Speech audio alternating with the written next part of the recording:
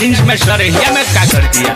अरे बाबा नहीं खा जाना, मोदी जी टिकटॉक बंद कर रहे हैं। अच्छा ही कब हुआ रे बच्चा? अरे वही से सरहिया में लौका तारी सन, ना तो सब सड़क पर मुजरा कर ले सन। ओ ये तो हम जानते ही नहीं थे।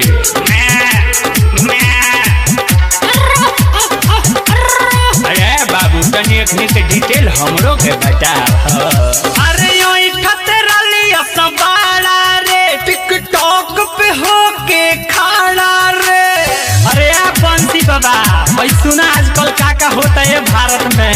अरे बाबू बता तो नहीं हम जाने। अरे यो खतरा सवारा रे टिकटॉक पे होके खाना रे।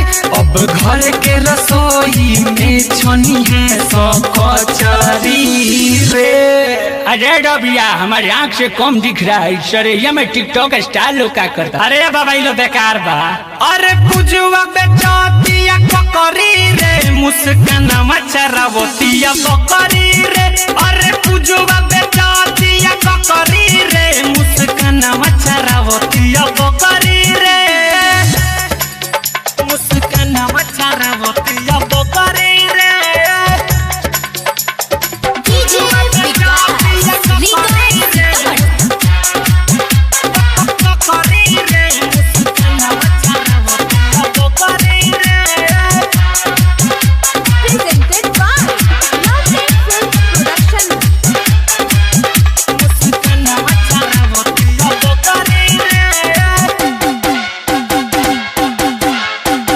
कौनो लगे भिखारी रे, कौनो लगे कबाड़ी रे।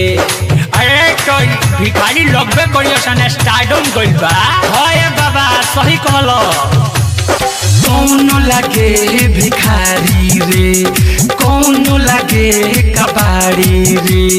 जब से बंद भइल टिकटॉक कौनो बेचे हाड़ी रे। अरे बात हम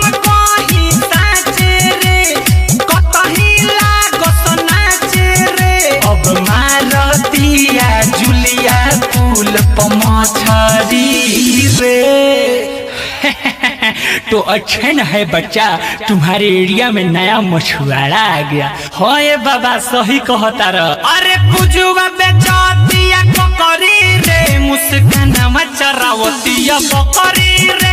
अरे पुजुआ बेचातिया ककरी रे, मुस्कान मचरावतिया बकरी रे।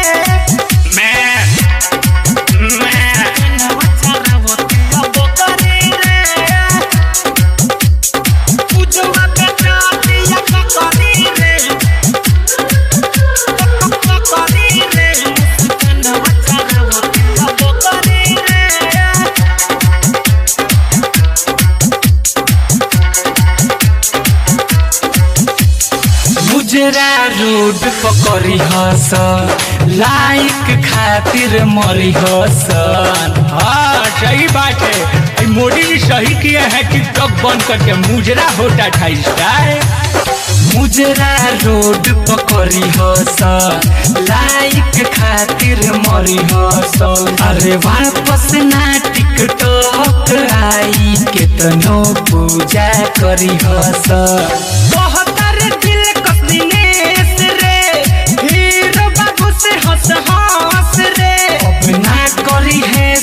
अपने में पकड़ा पकड़ी रे। अरे बाप रे बाप, मुजरा के साथ साथ पकड़ा पकड़ी भी होता ठका रे आए। हाँ बाबा तू ना देखत रह का हो आए। अरे पुजुआ बेचातिया ककरी रे, मुस्कान मचरावतिया बकरी रे। अरे पुजुआ बेचातिया ककरी रे, मुस्कान मचरावतिया बकरी रे। अरे यो खतरा टिकटॉक पे होके खाना रे। अब घर के रसोई में छनी है सौ कचरी रे। अरे डबिया हमारे आँख से कम दिख रहा है सरैया में टिकटॉक स्टाइल लोग क्या करता। अरे बाबा ये लो बेकार बा। अरे पुजुआ बेचातिया ककरी रे, मुस्कान मचरावतिया बकरी रे। अरे पुजुआ बेचातिया